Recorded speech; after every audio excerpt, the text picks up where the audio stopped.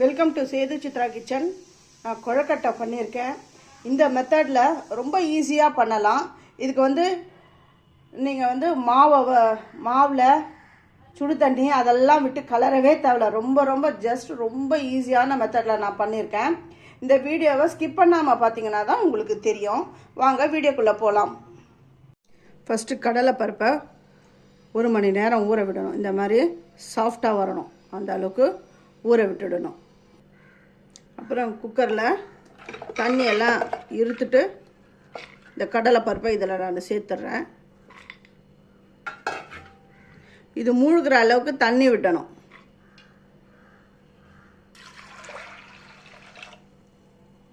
ஒரு 3 விசில் வரட்டும். ஒரு 3 விசில் வரணும். கடாய் ஒன்று எடுத்து வச்சுருக்கேன். அடுப்பு ஆன் பண்ணலை. 1 கப் அரிசி மாவு, நான் வீட்டிலே அரைச்ச பச்சரிசி மாவு தான் சேர்த்துருக்கேன். ரொம்ப சிம்பிளான மெத்தடில் இந்த கொழக்கட்டை பண்ணலாம். உப்பு ஒரு பிஞ்ச் போடுங்க. அப்புறம் எண்ணெய் கொஞ்சோண்டு சேர்த்துக்கோங்க. 1 கப்பு அரிசி மாவுக்கு 1.5 கப் தண்ணி விட்டுக்கோங்க. இந்த அரிசி மாவு ஆல்ரெடி வறுத்த அரிசி மாவு தான் இது. நல்லா கலந்துக்கோங்க. இந்த கட்டிகள் இல்லாமல் கலந்துக்கணும்.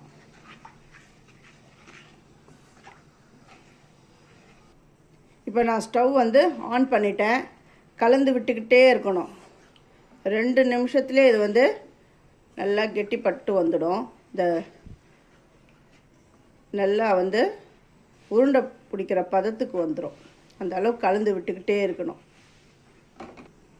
வீட்டில் இந்த சிகப்பரிசி இருந்தது, அதுவும் நார்மல் பச்சரிசியும் போட்டு அரைச்சேன். அதனால தான் இந்த கலரில் இருக்குது. அப்படியே கலந்து விட்டுக்கிட்டே இருக்கணும். சட்டுன்னு இது கெட்டிப்பட்டுடும்.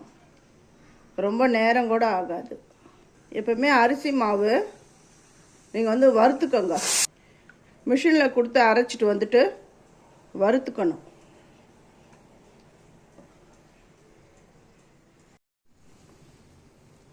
நல்லா இப்போவே வெந்துடுது. நல்லா வெந்து இந்த கடாயில் ஒட்டாத பதத்துக்கு வந்துடுது. இந்த டைமில் ஸ்டவ் ஆஃப் பண்ணிவிட்டு அப்படியே அடுப்புலேருந்து இறக்கி வச்சுட்டு மூடி வச்சுக்கோங்க. சூடு ஆறுற வரையும், அதாவது கை பொறுக்கிற அந்த சூடு வர வரையும் நான் மூடி வைக்கிறேன். இந்த பக்கம் வேக வச்ச கடலை பருப்பும் அது ரெடி ஆகிடுது. விசில்லாம் 3 விசில் வந்துடுது. அதோடைய ஃப்ளேமையை நான் ஆஃப் பண்ணிடுறேன். இது ப்ரெஷர் போயிடுது. குக்கரை ஓப்பன் பண்ணுறேன். நல்லா வெந்துடுது. இப்போ இதை வடி கட்டிக்கிறேன். வெல்லம் எடுத்துருக்கேன். அது மூழ்கிற அளவுக்கு தண்ணி விட்டால் போதும். அடுப்பு ஆனில் இருக்குது. வெல்லம் கரையட்டும். இது கம்பி பதம் வரணும்லாம் அவசியம் கிடையாது. வெல்லம் கரைஞ்ச உடனே வடிகட்டிக்கணும். ஏன்னா இதில் அந்த மண் கல் தூசிலாம் இருக்கும். ஃபஸ்ட்டு என்னுடைய வீடியோவை பார்க்குறவங்க சப்ஸ்கிரைப் பண்ணலைன்னா சப்ஸ்கிரைப் பண்ணுங்கள். ஆல் என்ற ஆப்ஷனை தொடுங்க. அப்போ தான் நான் போகிற ஒரு வீடியோவுடைய நோட்டிஃபிகேஷனும் உங்களுக்கு காட்டும். உங்களுக்கும் யூஸ்ஃபுல்லாக இருக்கும். இந்த வீடியோ பிடிச்சிருந்தா லைக் பண்ணுங்கள், ஹைப் கொடுங்க. பாகு வந்துடுது. இந்த டைமில் இதை எடுத்துடுறேன். இதில் அந்த பாகை வடிகட்டிக்கணும்.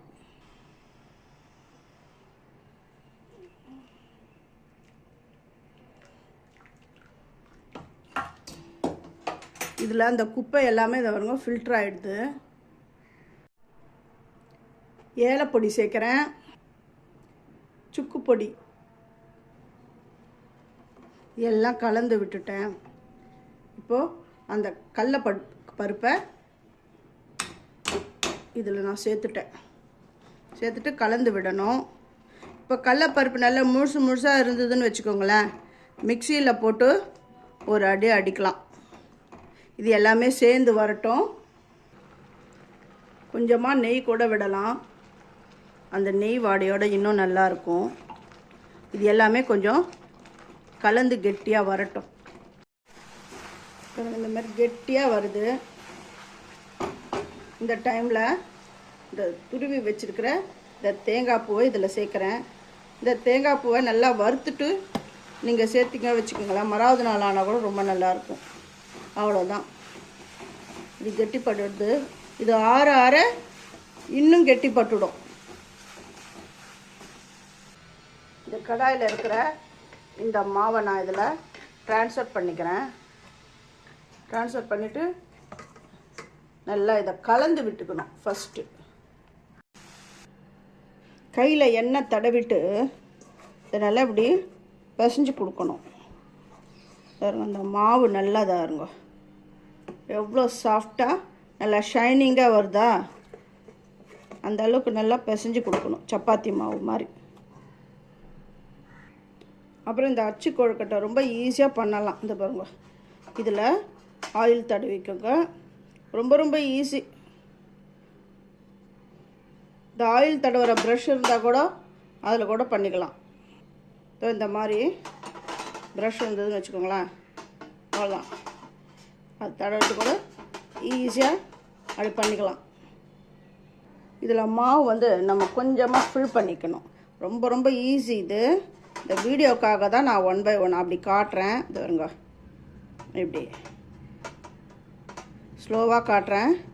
இது கடான்னு பண்ணிடலாம். ஆனால் இன்னொன்று தெரிஞ்சுக்கோங்க, இதில் வந்து ஸ்டஃபிங் வந்து கொஞ்சம் நிறைய வைக்கணும்.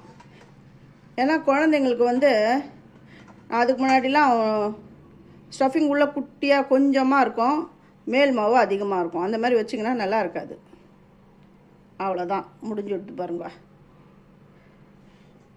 இது உள்ள இதை சமன்படுத்திக்கணும்.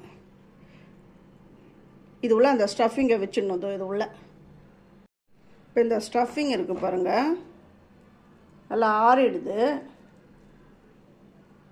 நல்லா உருண்டை பிடிச்சி கொஞ்சம் நிறையவே வையுங்க. இது உள்ள நல்லா உள்ளே வர அளவுக்கு இது ஃபுல்லாக ரொம்பற அளவுக்கு வச்சுக்கோங்க. அவ்வளோதான். இது உள்ள பிடிக்குது. நிறைய வச்சாதான் அந்த குழந்தைங்க நல்லா சாப்பிடும்.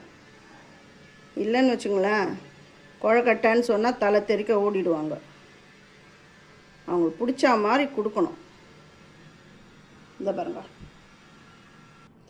அப்புறம் இன்னொரு மாவு எடுத்து அழகாக க்ளோஸ் பண்ணிக்கோங்க. அவ்வளவுதான். இப்போ இந்த கொழுக்கட்டையை நான் வந்து ஓப்பன் பண்ணுறேன். பாருங்கள்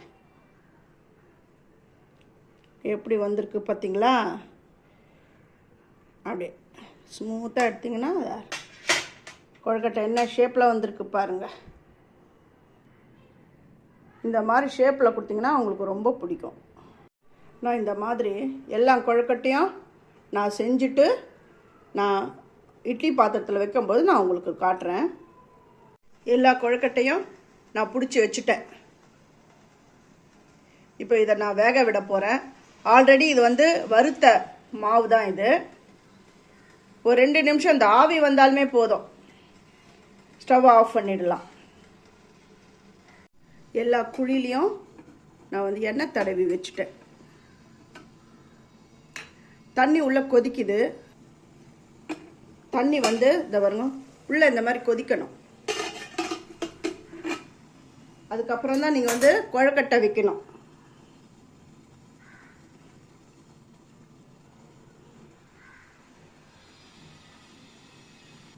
எல்லாம் கொழுக்கட்டையும் நான் வச்சுட்டேன். இப்போ அதை நான் மூடிடுறேன். ஒரு ஆவி வந்தாலுமே போதும், அப்போவே வெந்துடு, நம்ம தெரிஞ்சுக்கலாம். வெந்துடுது, ரொம்ப அருமையாக வெந்துடுச்சு பாருங்கள். ரொம்ப நேரம் வேக விடக்கூடாது. ரொம்ப நேரம் வேக விட்டிங்கன்னா இதெல்லாம் பொழந்துக்கும். இந்த சைட்லாம் பொழந்து அந்த ஸ்டஃபிங்லாம் வெளியில் வந்துடும். ஒரு ஆவி வந்தாலுமே போதும். இதை வந்து உடனே சட்டுன்னு எடுத்துடக்கூடாது. கொஞ்சம் நேரம் அப்படியே ரெஸ்ட்டில் விடுங்க. ஒரு 2 நிமிஷம் இருக்கட்டும். அந்த தண்ணியில் இருக்கிற அந்த கீழ் தண்ணி வச்சுருக்கோம் இல்லையா, அதில் இருக்கிற அந்த வேப்பர்லாம் அந்த சூடெல்லாம் கொஞ்சம் அடங்கட்டும். அப்போ ஈஸியாக எடுக்க வந்துடும். புண்டுக்காமல் நல்லா அழகாக வந்துடும். இதை நான் கொஞ்சம் நேரம் பொறுத்து எடுத்து எவ்வளோ சாஃப்டாக இருக்குது உங்களுக்கு காட்டுறேன். இப்போவே பாருங்கள் எவ்வளோ சாஃப்டாக இருக்குது பாருங்கள். எல்லா கொழுக்கட்டையும் ரொம்ப நல்லா வந்திருக்கு. இதோ பாருங்கள், எதுவுமே அந்த பொழந்துன்னெலாம் வரல. இந்த மெத்தடில் நீங்கள் பண்ணுங்கள். எல்லா கொழுக்கட்டையும் நீங்கள் பண்ணுற கொழுக்கட்டை எல்லாமே ரொம்ப நல்லா வரும். இது எப்படி இருக்குது அப்படின்றதையும் நான் உங்களுக்கு உடச்சி காட்டுறேன். கொழுக்கட்டை ரொம்ப நல்லா வந்திருக்கு. எப்படி வந்திருக்குன்னு பாருங்கள். பாருங்க, செம்ம சாஃப்டாக ஃபஸ்ட் கிளாஸாக வந்திருக்கு.